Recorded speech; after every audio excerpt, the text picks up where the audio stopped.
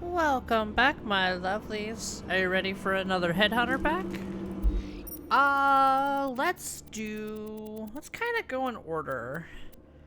Which that would mean Gluttony Gulch, because that's Thanksgiving.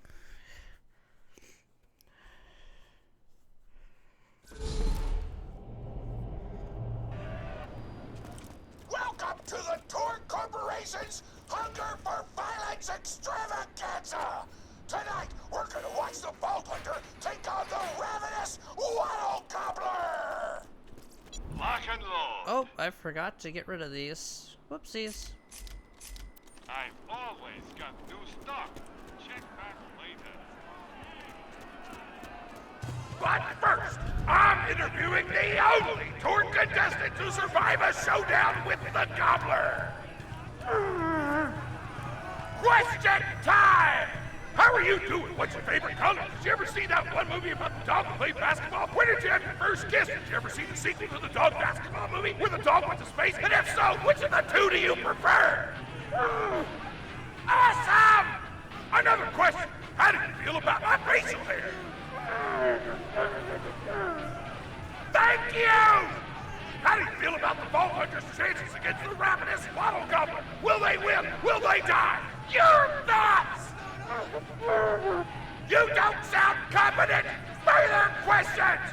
Who is the most attractive person on Pandora? That's an awful thing to say! Ellie's like a 10! Try expanding your definition of beauty! Oh, looks like we're out of time! We'll be right back after a word from our sponsor! Hey! Yeah, get he'll over just keep here going. So I can whisper some things to you in secret! Also, like, Torg is really, really loud, so I apologize. Real talk. The Gobbler fight is rigged. The Torg board of directors made the Gobbler unbeatable, so it need all the contestants and get us a bunch of hits on the EchoNet. But I don't want you to die, cause you're cool, and oh crap, I'm not whispering anymore, my bad! You gotta get into the kitchen, kill everybody, and poison the Gobbler's food. Once the poison takes effect, you can kill him. Also, I want him dead so I can eat him! He looks delicious! Beep. And we're back! The Vault Hunter's in the kitchen, but today there's a new item on the menu. Murder! Vault Hunter, kill the chef! He turns around and I completely miss. That was great. Uh-oh.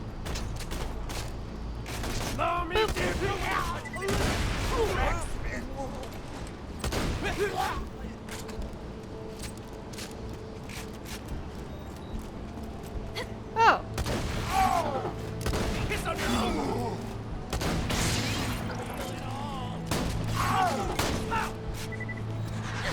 Satisfaction! Gordon Ramsay.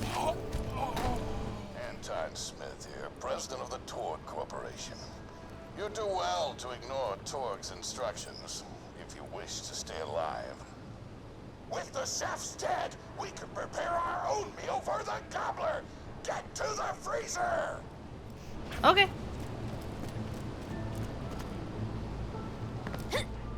Damn, that door's locked! Let me activate my remote lock-picking program!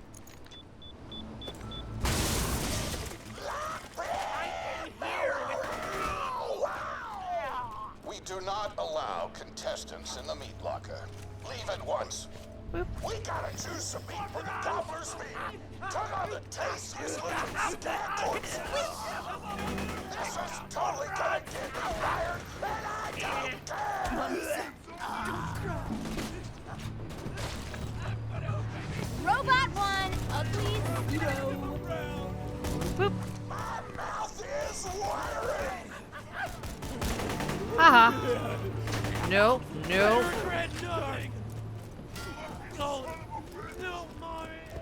I don't know what you're planning, but I don't Attaboy. like it. Tributes, get the Vault Hunter out of my kitchen. Badass! Ah! can't stop us! I think I can. Dignity! Those dudes didn't stand a chance! You almost feel bad for them, but then you start laughing because you were technically acting in self-defense, so screw them! Violence doesn't... Now to grind up the meat! Get to the kitchen! Ford, as president, I demand to know why the hell the Vault Hunter is running around backstage. Just trying to mix things up. Your job is not to mix things up. Your job is to flex your muscles and do air guitar solos, idiot. Words can hurt! Oh boy.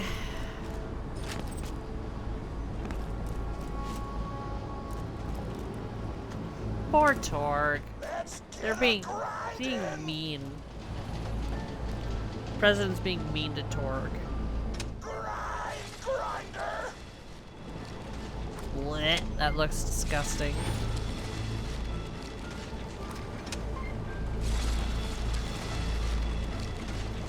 Delicious! We're nearly done preparing the gobbler's meal. With the meat prepared, we only need one more ingredient. Deadly poison! Head to the stabber jabber nests.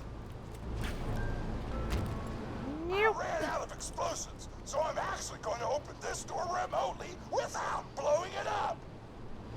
Psych! I guess. You know you're following an idiot, yes?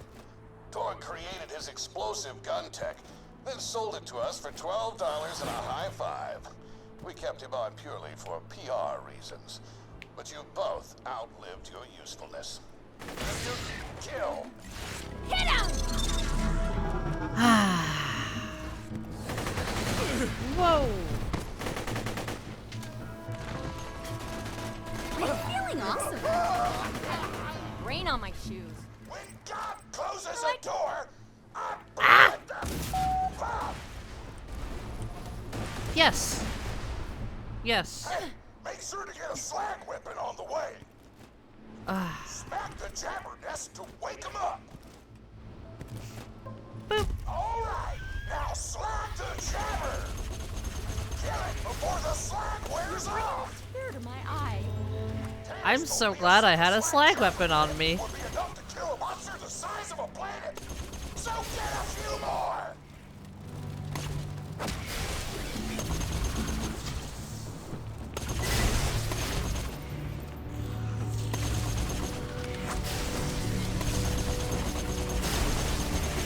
There we go. Cool. No! Where'd it go? Oh, you've got to be kidding me.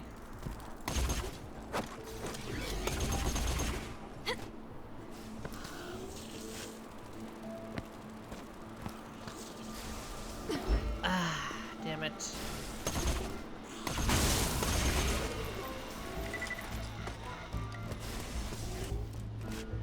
Well, alright. Come here. Nice one, boy! Oh, come on!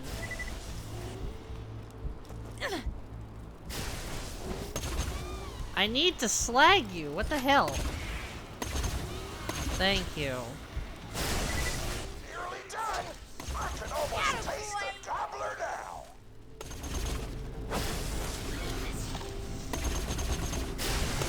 Hell yes! Can't believe you only got third place in the science fair. There we go. Ow. Woo! You got all the glands. Now pop them into the gobbler's dinner, and you'll be ready to fight them. Why do you insist on being a moron, Torg? This is why you lost a controlling share of your own company. I knew I should have killed you when I had the chance.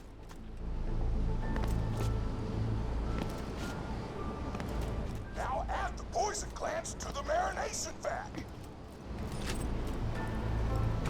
Hit that button to marinate the out of that meal.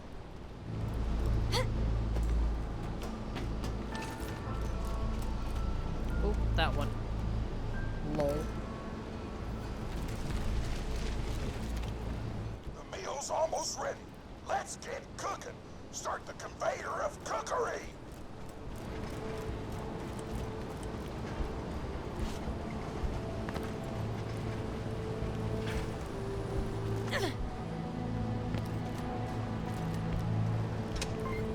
Rooting?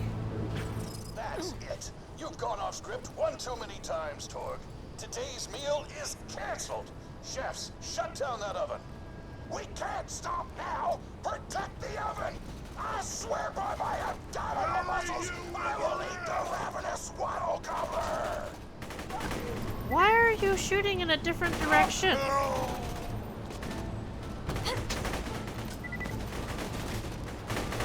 Not a bad start. Don't let those food stomps destroy our culinary masterpiece.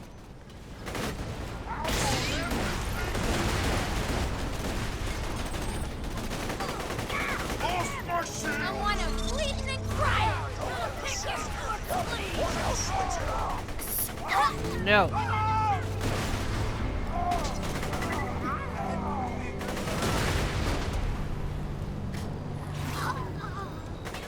Picking up my buns. Something hungry this way comes. Shakespeare.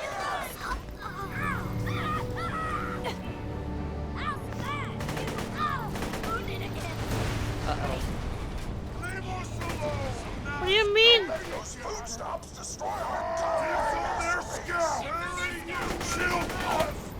Dibs? No. No dibs.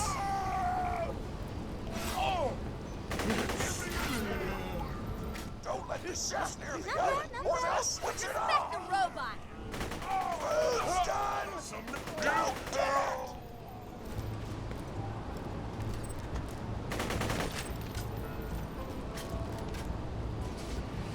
My taste buds are aflame with the power of 1,000 nuclear bombs. My mouth is watering so much you could drown a small village in my cheeks. The taste apocalypse is upon us.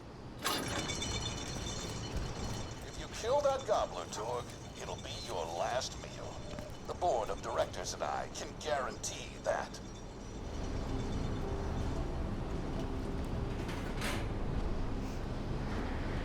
You know why we made the gobbler invincible, Torg?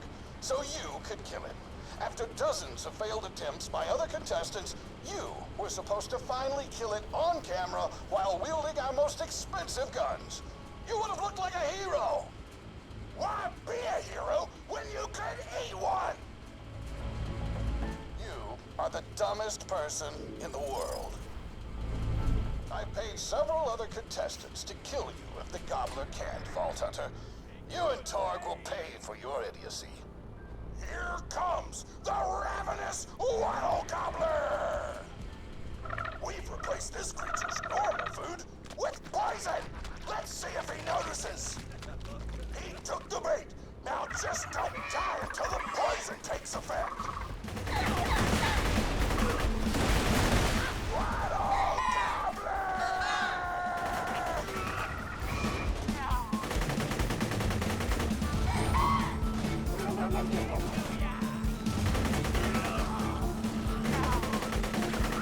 Oh, you idiotic mercs! Don't shoot the gobbler! Shoot the Vault Hunter! The poison's working! It's working! The gobbler is killable! Feeling it. Apocalypse begin! Ah! Nope. Leave me alone.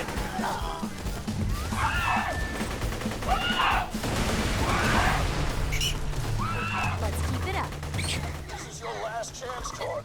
Call this off, or you're out of the company. I'll just blow things up!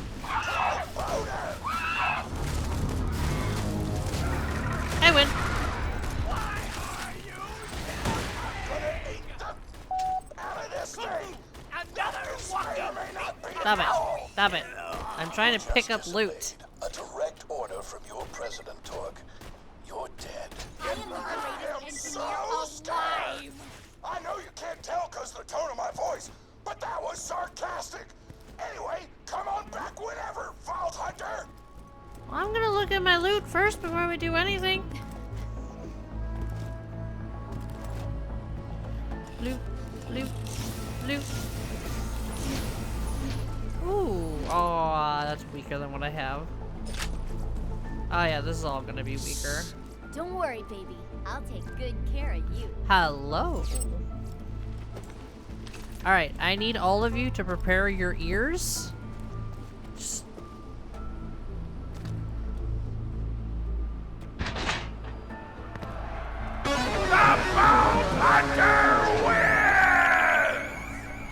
Okay. My grandma's a pretty big fan of yours.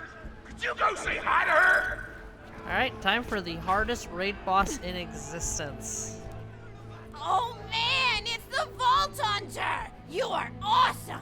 Didn't you fight Terramorphous? I fought a big creature like that once. He was a big whale squid with 100 tentacles. You ever thought anything with tentacles? Oh, of course you have. Terramorphous had tentacles, how silly of me. Now, where was I? I am so sorry. All right, the whale creature. His name was Blowhole the Apocalypse. I called him the Apocalypse for short. And he attacked my hometown of Tsunami's Edge when I was but a little girl. You ever been to Tsunami's Edge? Great town, nice beaches, great food, and the cost of living is just so low.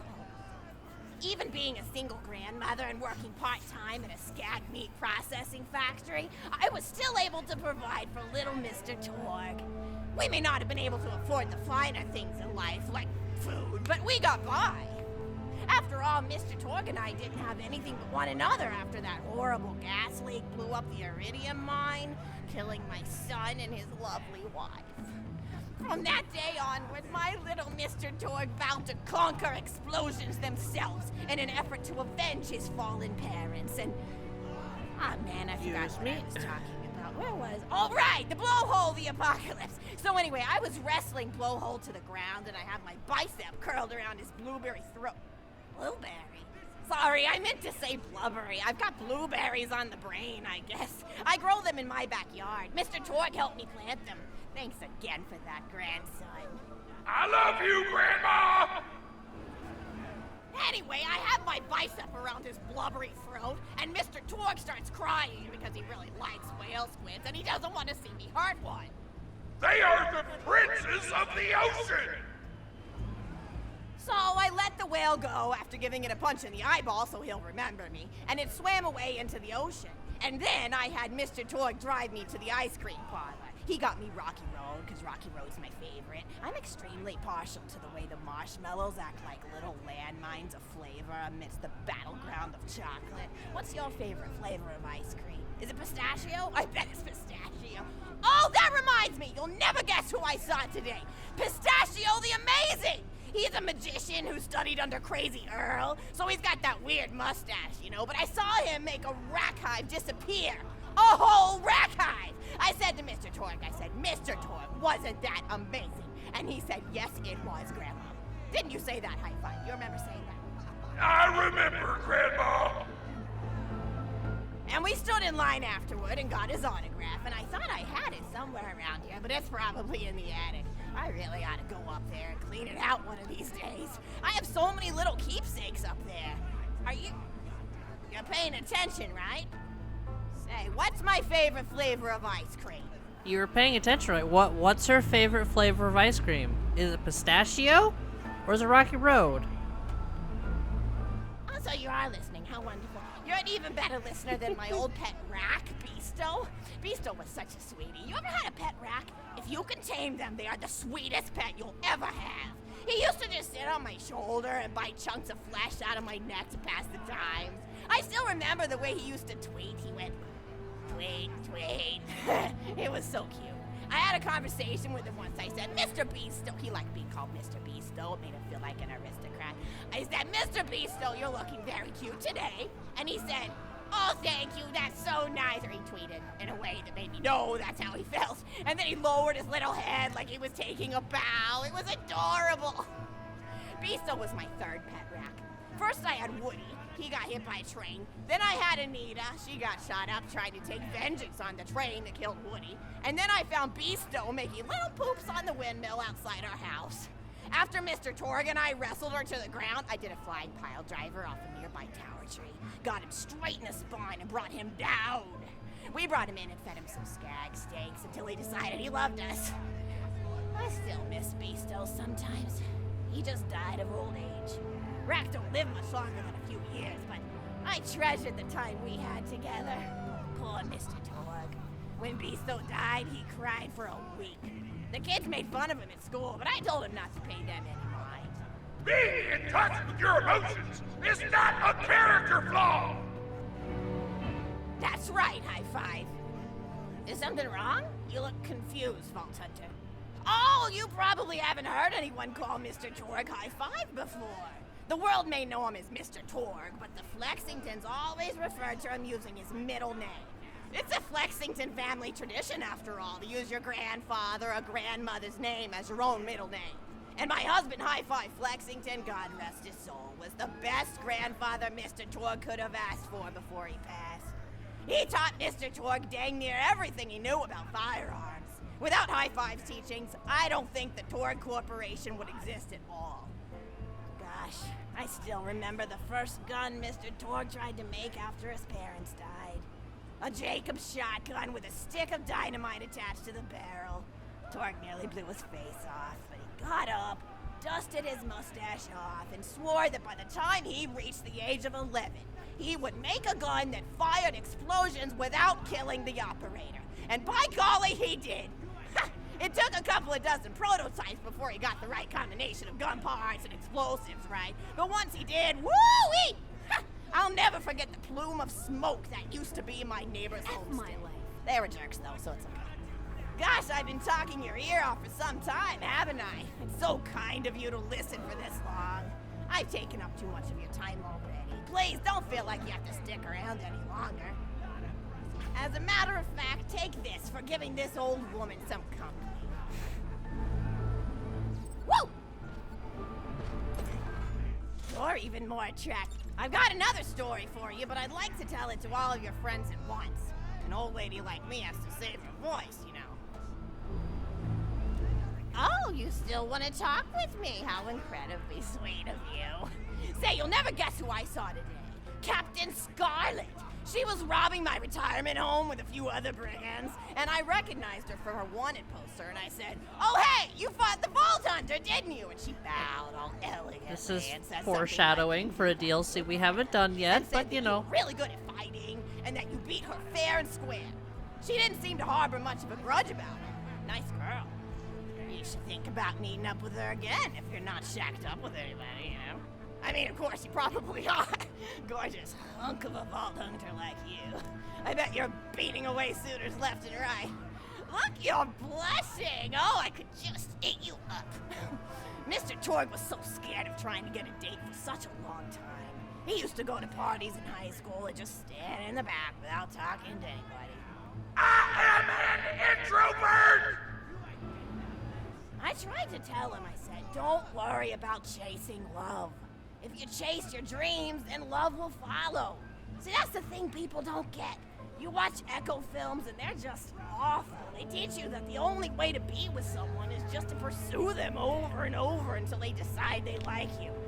In reality, you know when you like someone almost immediately.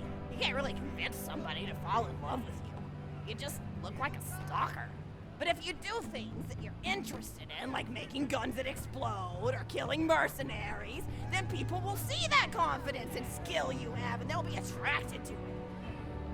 There's always a fine line between that kind of confidence and narcissism, you know? There's nothing worse than somebody who wants to be famous. I remember when Mr. Torg first sold his weapons tech to that board of directors, he was pretty egocentric for a while. Taking pictures of himself and posting them to the EchoNet all the time. Trying to hobnob with every celebrity that used his weapons. He came back home one day with a supermodel under each arm, and I said, "Mr. Torg, what are you doing? You've lost sight of who you are. It's been weeks since you actually created a new gun," I said. And it was true. He'd been more obsessed with being well known for doing something great than with actually doing something great. It was a dark point in my life. Thankfully, High Five listened to me and got to work on what would eventually become the Kerblaster. You a fan of the Blaster? That was always my favorite. That and the Flacker, which I know a lot of people hate. But there's more to combat than just brute efficiency in this old lady's eyes. Style counts for something. And there's nothing quite like filling the air with tiny little explosions. It's like a fireworks show, except the deaths aren't as sad and unexpected. Actually, that reminds me, now that you're here, I wanted to throw some ideas at you for feedback. I'm a playwright in my spare time, and I'm trying to write a story about an up-and-coming tournament fighter who tries to find love in a gladiatorial arena. And I figure you've got a lot of experience, so your feedback could really be valuable. So the play is called Broken Hearts and Broken Necks. Scene 1. Fade in on an arena, just after a battle. Body parts litter the stage. A lone warrior stands in the middle of the stage, a spotlight illuminating her blood-stained armor. She stands, holding her sword triumphantly aloft. Valkyrie. Is there no warrior who can challenge me? Must I be destined to spend my life as the strongest, the bravest, the most invincible warrior this galaxy has seen? For I am Valkyrie, scourge of the gladiatorial games! Excellent Valkyrie, as she shakes her head in despair. From stage left, enter Nova, a janitor with a heavy heart and an even heavier conscience. He begins sweeping the body parts into a bin, which is colored green, and remember that because that's a symbolic color that will come back. Until melancholy overtakes him. He drops his bush broom to the floor and falls to his knees before delivering a heart-wrenching soliloquy. The blood cannot be washed away. Not before and not now. Even as I attempt to escape the past, which haunts me still. Must I live forever as a fraud, sweeping up the trash of others to hide my shame and avoid my pursuers? Must I forever remain on the periphery of joyful combat, ever watchful but never participating? With the clatter of armor, Valkyrie re-enters the stage right. Good morrow, lowly janitor. I heard a noise and thought it worth investigating. Oh, great Valkyrie, 'twas nothing but the wails of those souls you released from their bodies tonight. Souls that wail in agony as they fly upward to Valhalla. Fools! What have they to wail about? Their agonies are over, ended at the point of my sword. Mine, however, have only yet begun. For it is lonely at the top, and an unchallenged life is a boring one. No doubt, as I look. If only I were able to tell her my true identity, I would give her a fight she would not soon forget. Back to Valkyrie. Yes, ma'am, boredom is the true tragedy. May you one day find challenge in combat. Stupid. Nodon picks up a giant two-armed bastard sword with almost no effort. Valkyrie has it. What is this? Excellent. Stage left. Valkyrie. What strength this janitor possessed? Who is he to pick up a bastard sword with two fingers? What hidden power does he hold? What secrets does he keep? I will endeavor to uncover his past in the hopes that our swords may cross in battle. Excellent, Valkyrie. End of scene. Scene 2. The interior of the governor's house. The table is set with myriad teas and biscuits. Oh, I'm so sorry. I didn't even ask you for the feedback on the first scene. Did you like it? Yes. Oh, wonderful. I'll continue then. If Scene you 2. hit no, The she'll start governess crying enters and from you have to stage. restart the mission. Governess. I Same thing with the refuse first question too. respond If to you these pick absurd pistachio, accusations. she will start Husband crying looks and at you'll her have to quizzically. restart the whole story. And what accusations may those be? Governess. Actually, you know what? I don't think I'm ready to get feedback on the play yet. But what about you? What are you up to? Tell Grandma Flexington all about it. I bet you've had some amazing adventures. Mr. Torg told me about the time you all played bunkers and badasses together. He said it was one of the most dear. fun and welcoming experiences of his life. Grandpa! You're embarrassing me! Sorry, sweetie, but really, you and the Vault Hunters are his first real pals.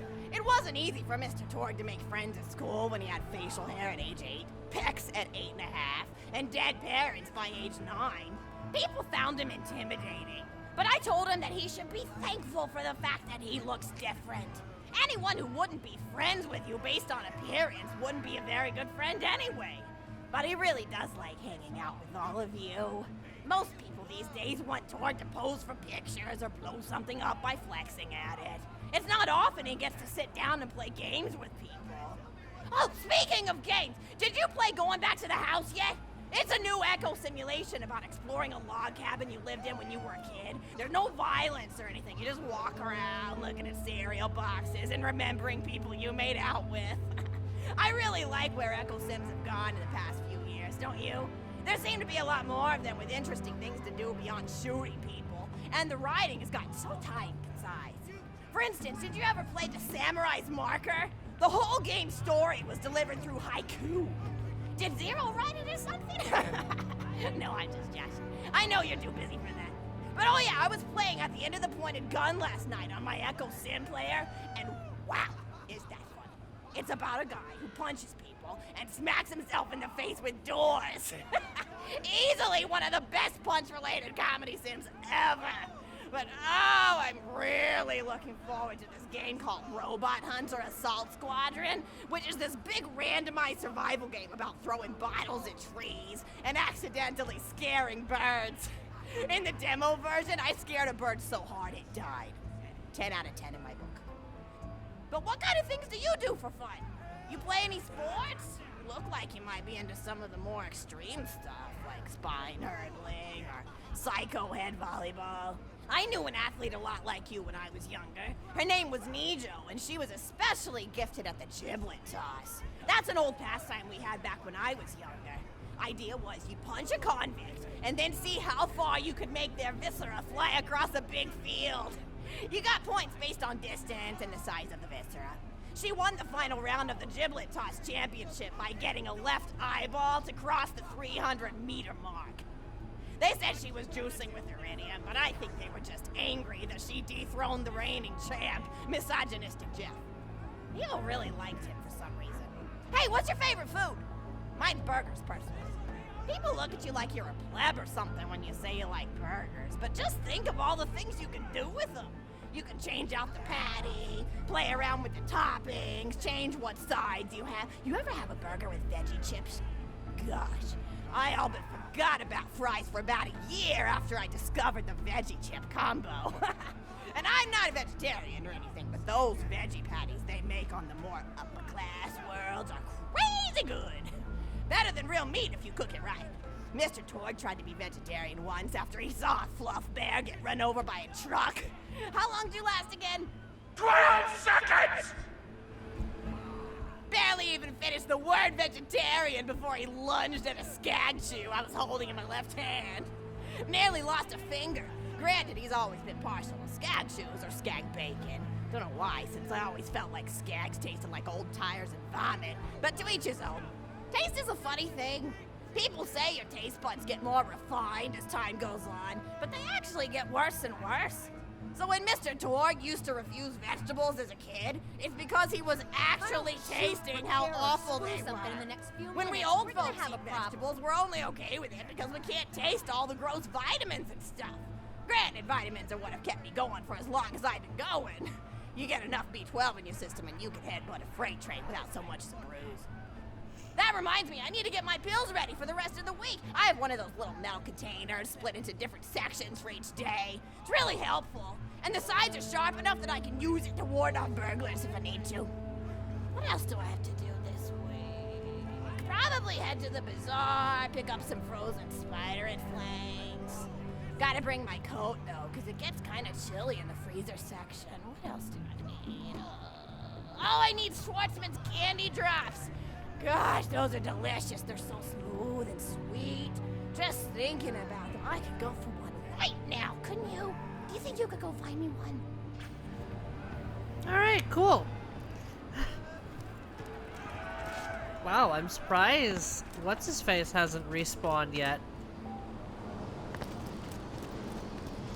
So, there's actually a It's inside me! not you. Uh-oh. I want him bleeding and crying. You're gonna look good. Right on, robot. So there's actually a chef that will respawn during the story. So you can't go AFK because he'll respawn. Badass bastard. Stop it. No. And he will kill you. And, oh, before you say, oh, I'll just use, you know, the Firehawk, which is what some people use at endgame. I am the strongest girl Pretty alive. powerful. What happens is he's immune to fire. Literally. He's immune to fire. So... That's a Schwartzman candy drop. Grab it for me, will ya? Oh, I can taste it already. Fabulously regret everything. Frostburn. No. No. No. Terminated. No.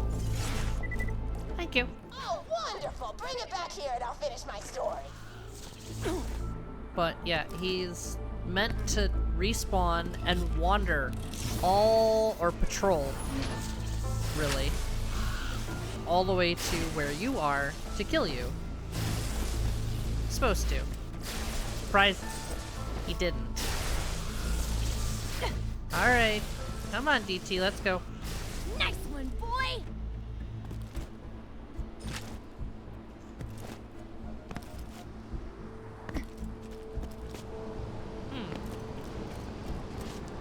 Oh, is it you? It might be you. It is you! Chef Brulee!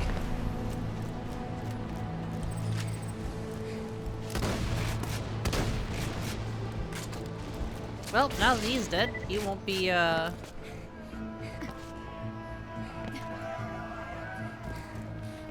you go. Have a Thank candy. you so much. I'll eat this later while sitting by the fireplace telling Mr. Torg stories of days gone by. There's just nothing like a good roaring fireplace, is there? Something healing and safe. Oh, my Maybe nose is that's why bleeding. our family likes explosions. Should probably take so care of that much. after this They're episode. basically just big fireplaces. Every explosion feels just like coming home. Oh, maybe that'd be a good slogan for the Torg Corporation. Don't you think, High Five? Oh, don't be silly. It's a wonderful slogan and you know it. I used to come up with slogans for a living when I was in my teens. I came up with the jingle for Professor Gunsight's Can't Miss Scopes. How'd it go again? Oh, yeah. If you try to shoot but you miss a lot, then give Professor Gunsight Scopes a shot. Ha! And then they played a gunshot sound effect and someone going, ah. It was cute. Gosh, I've been talking for a while now, haven't I? Thanks for bringing your friends to listen to an old woman ramble for a while.